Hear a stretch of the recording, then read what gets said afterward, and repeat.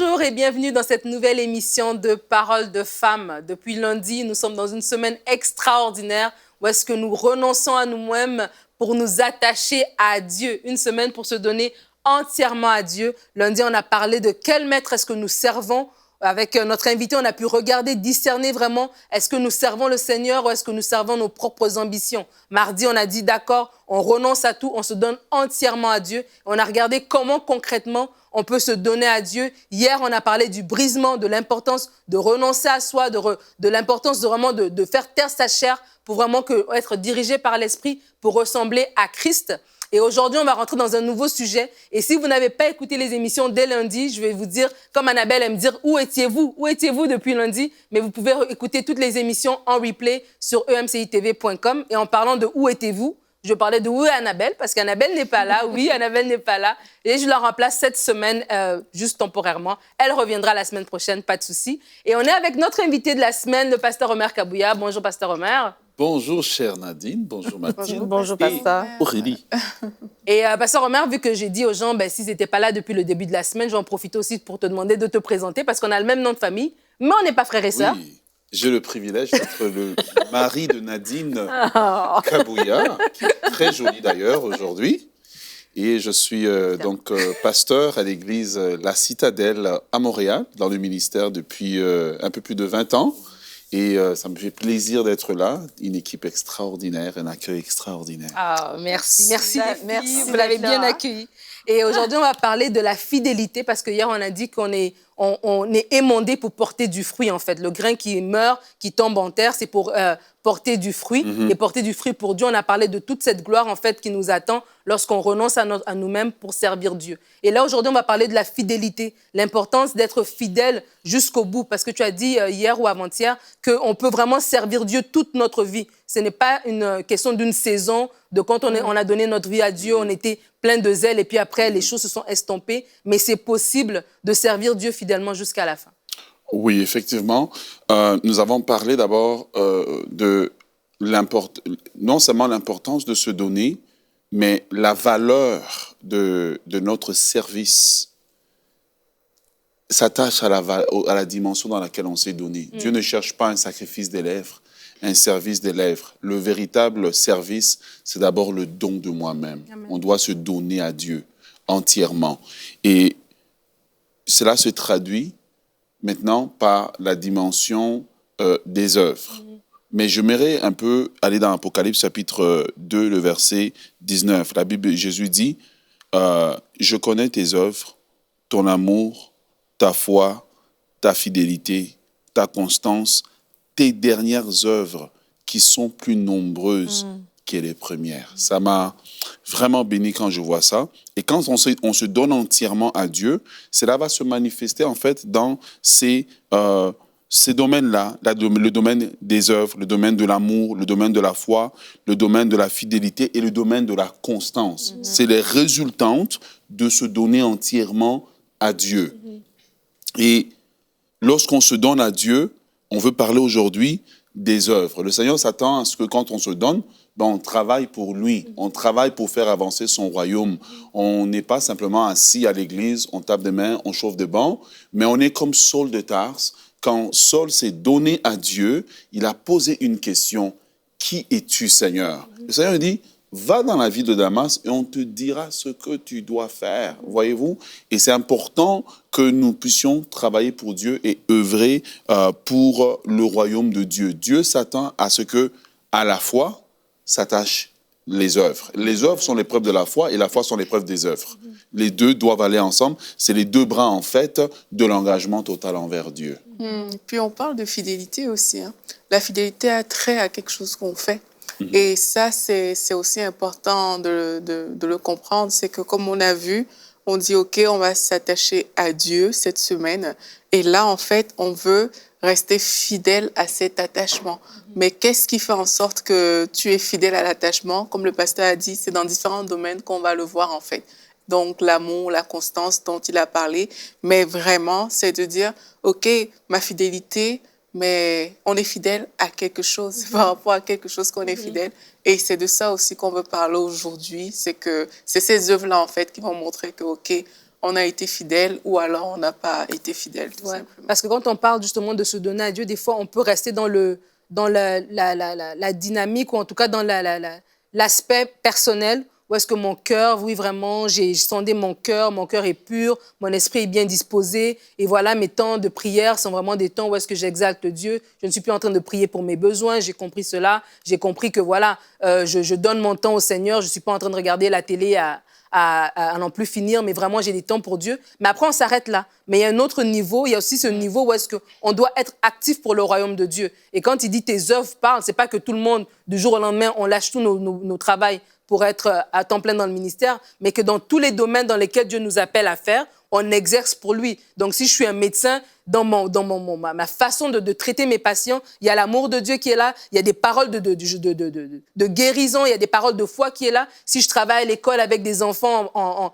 petite enfance, je fais mon travail, mais avec la conviction, avec en fait, l'idée que je travaille pour le Seigneur et je dois vraiment refléter vraiment ce que Dieu dit. Et vraiment, je crois que des fois, on fait le premier pas, on change dans notre propre cœur et tout, mais de s'impliquer. Tu sais, tu as parlé d'église locale, de s'impliquer dans son église locale, c'est ce pas de plus qu'on doit faire pour vraiment que nos progrès soient évidents de tous, comme on a dit depuis le début de la semaine, pour que vraiment, si on voit qu'on est tout entier au Seigneur, en fait. C'est ça, en fait, c'est que si je suis passée par une transformation où vraiment j'ai fait mourir ma chair et pour mettre au service de Dieu les dons que j'ai reçus.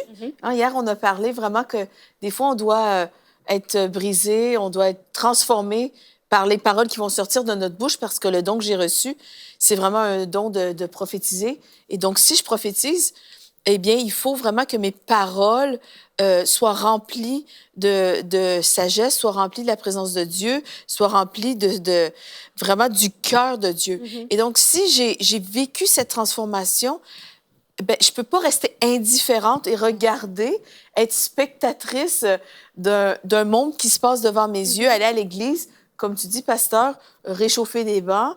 Je regarde les gens servir, je regarde les gens louer, je regarde tout le monde faire, mais je mets rien, je mets mes dons au service de personne, au service de rien. Et donc, vraiment, le résultat de cette transformation, en général, qu'est-ce que ça devrait produire? Vraiment, c'est que je veux servir dans le royaume. Ouais. Je veux servir, je veux mettre ce que Dieu a fait pour moi au service des autres. Ce que j'ai reçu, je veux donner au suivant. Il y a une expression vraiment qui est à la mode en ce moment, mais vraiment, c'est de donner au suivant. C'est juste de ne pas être un récipient, mais vraiment, être seulement des vases, mais vraiment, je vais être un canal de ce que j'ai reçu, un canal de la bonté, de l'amour de Dieu. C'est ça. Et ça va se manifester dans ce que je fais. Quand Dieu nous libère, quand on lit un peu l'histoire du peuple, on dit laisse partir mon peuple afin qu'il me serve. On n'est jamais sauvé pour chauffer un banc. Ben, Ça, c'est pas dans le cœur de Dieu. Et plus tu te rapproches de Dieu, en fait, parce que c'est ça le but, mais plus tu vas voir à quel point les gens autour de toi ont besoin de Dieu également. Et là, tu peux pas juste t'asseoir parce que le cœur de Dieu bat pour ces personnes. Donc, du coup, ton cœur va aussi commencer à battre pour ces personnes qui sont perdues quand tu te rapproches de Dieu. Tu peux pas te rapprocher de Dieu et il n'y a aucun résultat contraire. Il n'y a pas cette soif qui dit « Ah non, il faut que je sorte évangéliser, il faut que je serve, il faut que je fasse différentes choses. » Il n'y a pas quelqu'un qui peut me dire « Je me suis rapproché de Dieu et je n'ai pas eu cette soif. » Parce que quand on lit la Bible, on voit toutes les personnes qui ont servi Dieu. C'est des personnes qui ont servi pour le peuple. Ils ont les disciples, les apôtres. Ils se sont donnés pour amener des gens à Christ parce que c'est la mission en fait qu'on a sur la terre. Donc vraiment, notre fidélité va aussi parler à ce niveau-là. Mais on ne peut pas s'approcher de Dieu, dire qu'on est proche de Dieu et juste s'asseoir et ne rien faire. Ce n'est pas compatible, les deux notions. C'est ça. Et encore une fois, c'est que lorsqu'on décide de servir le Seigneur, je crois que Dieu nous a donné le mariage pour comprendre la vie chrétienne. Si on comprend très bien le mariage, on va comprendre la vie chrétienne. J'aime mon épouse, je la sers. C'est naturel de la servir. Vous voyez? Et donc, un chrétien qui s'est donné à Dieu, c'est un chrétien qui va servir naturellement. Le focus ou bien le point central de son service, ce n'est pas de plaire aux hommes, c'est de plaire à Dieu. Donc, il ne cherche pas à être vu des hommes, mais à être vu de Dieu. Il ne cherche pas à être agréé des hommes, mais à être agréé de Dieu. Parce que je peux servir, être agréé des hommes, mais Dieu regarde mon service, il dit ton service, il ne vaut pas grand-chose. Et donc, quand on comprend ça, alors on sert dans une mentalité nouvelle. Il y a beaucoup de gens qui servent, mais avec une mauvaise mentalité, avec la mentalité de l'autopromotion, avec la mentalité de m'as-tu vu, avec la mentalité de je suis meilleur que... Et le service, en fait, il découle de l'amour que j'ai de Dieu. Je sers, je fais des œuvres parce que j'aime Dieu. C'est pas parce que j'ai plus de temps que mon voisin, mais c'est parce que j'aime Dieu. C'est parce que je désire plaire à ce Dieu-là. Et mon service, deuxièmement, est une réponse à l'amour que j'ai reçu de lui et même à la dimension de la révélation que j'ai de Christ. Au plus je connais Christ, au plus je me donne à lui, au plus je veux le servir. Amen. Et on parlait de Paul. Je ne sais pas si c'est toi qui parlais de Paul, qu'on a dit je vais te montrer ce que je dois faire. Et sincèrement, ça, je ne dis pas juste parce que j'ai lu la Bible, mais c'est des choses que moi, vraiment, le Saint-Esprit m'a montré à titre personnel. C'est que plus tu vas t'approcher de Dieu, et puis plus ton cœur, vraiment, va vouloir battre au même rythme que le cœur de Dieu. Et Dieu va te parler. Et quand Dieu va te parler, bien sûr, il va te parler de son amour, mais tu vas réaliser le besoin non seulement que toi, tu as de Dieu, mais le besoin que le monde a de Dieu, en fait.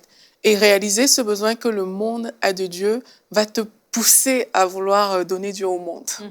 Et ce ne sera pas, comme Pasteur Omer dit, ce ne sera pas quelque chose que tu fais juste parce qu'on t'a enseigné que voilà, c'est bien de le faire, c'est bien de servir, mais c'est quelque chose qui vient de la relation que toi, tu as avec Dieu. Du fait que tu te sois approché de Dieu et que lui-même, il a mis ces choses dans ton cœur.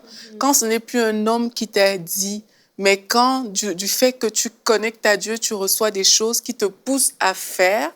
Mais là, c'est différent, en fait, de juste qu'on m'a dit, OK, servir Dieu, c'est bien.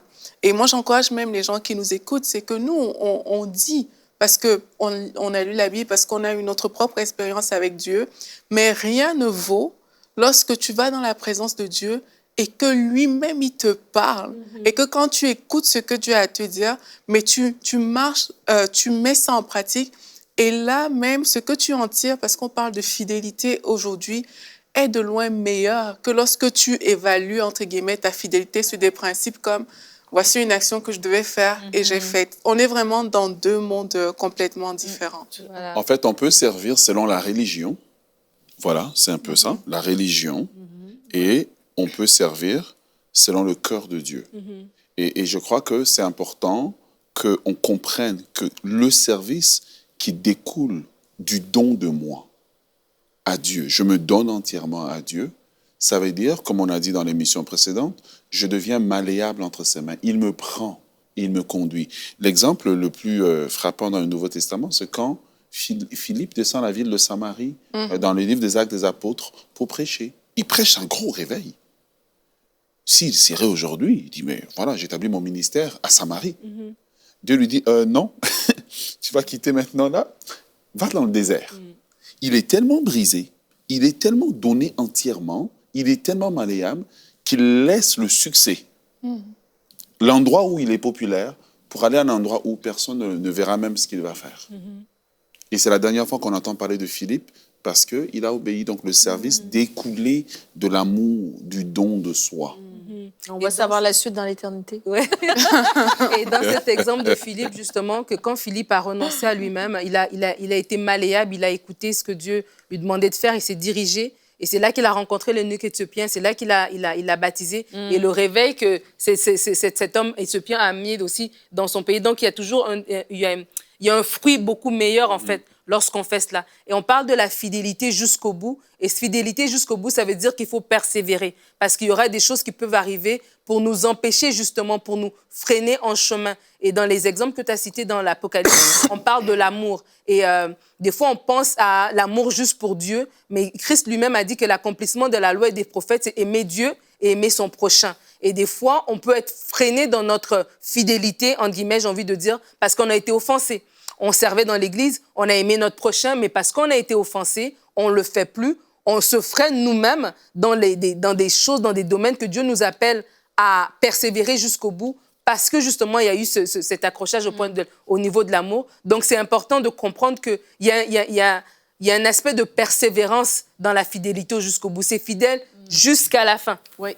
Puis c'est super que tu adresses ça parce que je pense vraiment que si j'ai compris qui je sers, si je connais qui je sers, si je sers par amour, eh bien, ça va être facile pour moi de persévérer. Oui. Ça va être plus facile dans l'adversité. Je ne dis pas que tout est un champ de roses, mais si je connais qui je sers, si j'ai connu son amour, ce qui se trouve dans sa présence, ce qui se trouve vraiment quand je laisse l'Esprit de Dieu couler en moi, eh bien, ça va être beaucoup plus facile quand j'ai été transformée de servir par amour.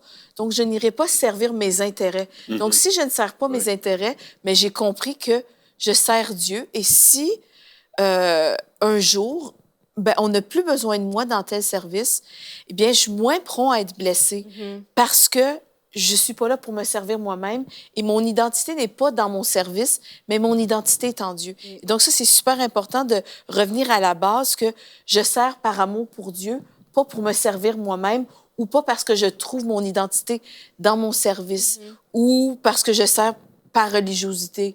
Donc, si je sers par amour, c'est ma motivation. Donc, si ma motivation, c'est l'amour, je vais forcément persévérer. Ouais, et puis quand tu es mort, l'offense n'est pas censée incliner. Le ressuscite. Ouais. Voilà. Vraiment, c'est important qu'on aborde cette question de persévérance parce que en tant qu'humain, c'est vrai qu'on se laisse vraiment, on absorbe souvent beaucoup de choses. Mais quelqu'un qui a été brisé, comme on a vu là, c'est quelqu'un qui choisit de mourir à lui-même. Et un cadavre peut être là, tu insultes un cadavre, ben, il ne bouge pas parce que c'est un cadavre, c'est quelqu'un qui est mort. Et c'est ce on devrait aspirer en tout cas. Je ne dis pas que c'est évident, mais on devrait aspirer. Et lorsqu'on sent justement qu'il y a des racines dans notre cœur d'offense, mais c'est de retourner en fait auprès de Dieu parce que notre source, c'est Dieu. Il ne faut jamais qu'on oublie ça. Quand on choisit d'être fidèle, on choisit vraiment de puiser aux eaux de Dieu en fait. Parce qu'il y a des choses qui vont venir, mais il va falloir qu'on fasse un stop et qu'on dise OK, Seigneur, j'ai besoin de me ressourcer. J'ai besoin de me reconnecter à toi pour ne pas prendre ces choses parce que le naturel veut tout absorber. Le naturel veut absorber le fait que Pasteur Omer ne m'ait pas dit bonjour et tout. Le naturel veut prendre... bonjour. Mais ce n'est pas le cas. Ce n'est pas le cas. Bonjour Aurélie. Je suis gentil. Oui. Tout est réglé, c'est bon. Donc, c'est ça. Le naturel veut parfois prendre plusieurs choses, mais si on sait que, voilà, on a cette conscience que je suis morte à moi-même et je retourne vers ma source pour m'abreuver, mais là, c'est plus facile de demeurer fidèle et de persévérer. J'ai deux éléments que je voulais ajouter en parlant des œuvres. Jésus dit, dans Jean 5, 36, il dit, les œuvres que le Père, il dit qu'il fait les œuvres que le Père lui a donné d'accomplir. Souvent, dans le domaine des œuvres, surtout quand on est un jeune chrétien, on a tendance à suivre les anciens chrétiens. Et donc, parfois, Dieu nous appelle à le servir, mais on pense qu'il nous appelle comme pasteur. Parfois, il nous appelle comme évangéliste. Parfois, il nous appelle aussi dans le séculier, dans les affaires, etc. Et c'est important de demander à Dieu, comme Aurélie l'a dit tout à l'heure, de nous montrer les œuvres. Pourquoi? Parce que nos œuvres, c'est la seule chose qui va nous accompagner dans l'éternité. Quand on va arriver devant Dieu, ben on arrive avec nos œuvres et on présente nos œuvres. Et c'est dangereux d'arriver là puis de dire, au fait, tout ce que tu as fait toute ta vie, je t'ai jamais demandé de faire ça. Voici ce que je t'avais demandé de faire. Ce serait trop triste. Et ça, c'est une des choses peut-être qu'on ne parle pas souvent. Ouais. Voilà pourquoi c'est important qu'on prie Dieu, Seigneur, aide-moi à être dans ta volonté, aide-moi à faire ce que tu me demandes de faire, même si ce n'est pas populaire. Parfois, Dieu ne nous demande pas de faire quelque chose qui est populaire. Le rôle de Marie, c'était juste d'accoucher Jésus, puis de rester en arrière. Et la tendance aujourd'hui, c'est, ou la tendance générale de l'humain, de la chair, c'est ce qui est visible. Être sur le spot. Parfois, c'est être derrière la caméra, et c'est un ministère glorieux, et Dieu nous oint pour ça. Mais si on sert en comprenant que tout ce que je fais, va m'accompagner dans l'éternité. Paul en Corinthiens dit que nos œuvres vont passer comme au travers du feu. Et le feu va éprouver pour savoir si ce qu'on a fait, ça a de la valeur devant Dieu ou c'est juste de la paille, en fait. Puis on est juste sauvé, on est juste au ciel, voilà. En fait, ça change notre perspective. Oui. Ça change toute notre façon de voir le service, de voir les œuvres, parce que si je sers et que je pense, j'ai toujours la pensée de l'éternité, bien, ça va complètement changer mes motifs. Ça va complètement changer ce que je vais faire. Et vraiment, je vais m'assurer que je ne perds pas de temps. Je vais m'assurer, moi, personnellement, j'entends ça, je me dis, ben OK, ben il faut choisir sans ce qui est bien et ce qui est meilleur, ce qui est vraiment entre ce qui est bien, mais ce qui est vraiment la volonté de Dieu, parce que j'ai la pensée de l'éternité qui m'accompagne et je dois être constamment revêtue. C'est bien qu'on en parle pour qu'on puisse se remettre en question, encore une fois. Bon, est-ce que là, cette œuvre-là, je vais pouvoir l'amener dans l'éternité? Ouais. Est-ce que ça va passer à travers le feu? Est-ce que ça va porter un poids éternel de gloire? Ouais. Est-ce que je suis... Vas-y, vas-y. Là, je pense qu'on Désolée, est dans le Nadine, dans l'affaire.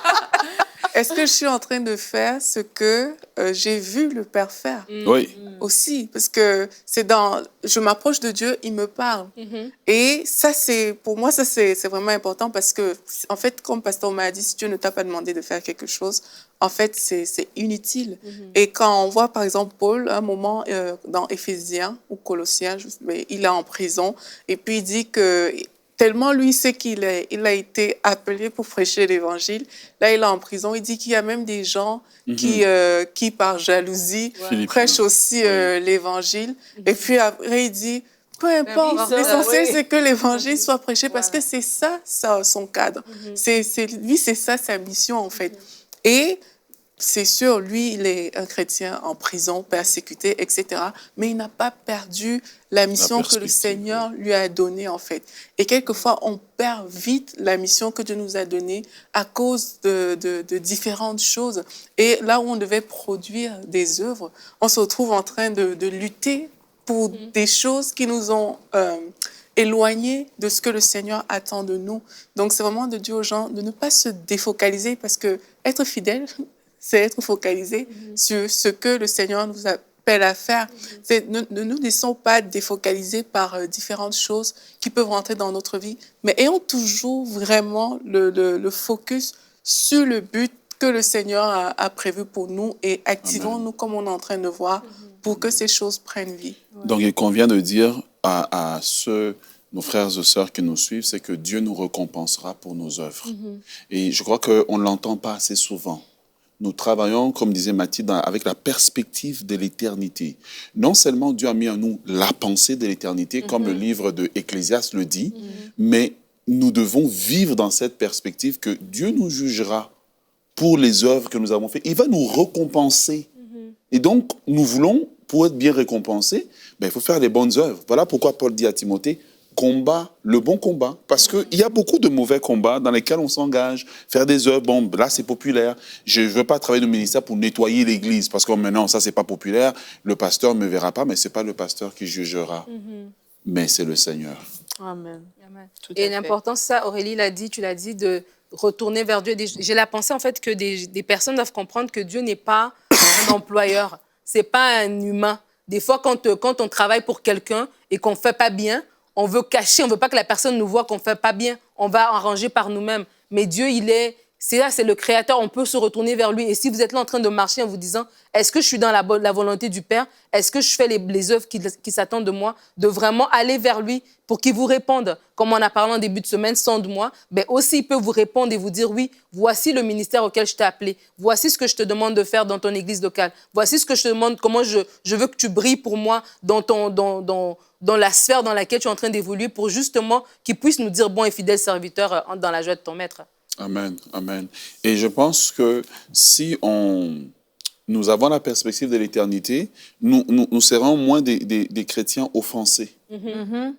Moins des chrétiens qui attendent après le merci. Nous serons surpris dans l'éternité. Voilà pourquoi je crois que la Bible dit avec raison que les premiers seront les derniers.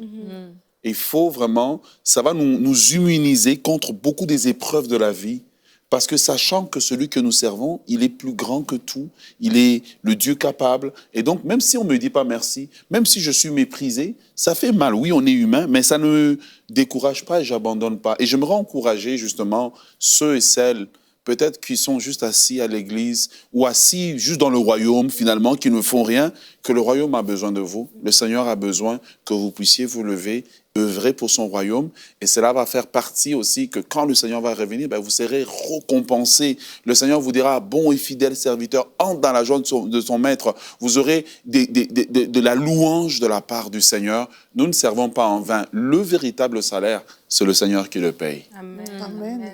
Et il y a une prière que j'aime faire, que je fais souvent quand on parle en fait des œuvres, à savoir quelles sont les œuvres que je dois faire. Et je vous invite aussi à découvrir ce verset que j'aime beaucoup, c'est Éphésiens 2:10, qui dit tout simplement qu'on est l'ouvrage, on est l'ouvrage de ses mains créées en Jésus-Christ pour des bonnes œuvres que Dieu a préparées d'avance afin que nous les pratiquions. Dieu a des bonnes œuvres préparées d'avance pour vous et moi. Et ces œuvres doivent être mises en pratique. Vous devez les faire. Dieu s'attend à ce que vous puissiez les faire. Et lui seul les connaît. Et vous allez les savoir, comme Aurélie l'a dit, si vous vous tournez vers lui, si vous lui demandez, si sincèrement vous venez, lui dites, Seigneur, montre-moi la voie. Ouvre-moi les yeux pour que je puisse me diriger selon ta parole, selon ton désir, selon ta volonté. Et par le Saint-Esprit, des fois par la parole de Dieu, des fois par une parole de connaissance, des fois par votre témoin intérieur, de toutes les manières que Dieu parle tantôt d'une manière, tantôt d'une autre, mais certainement, il va vous parler pour vous guider. Et vraiment, on vous a dit, soyez fidèles jusqu'au bout. Et je vais vous partager ce verset dans Matthieu 24, verset 13.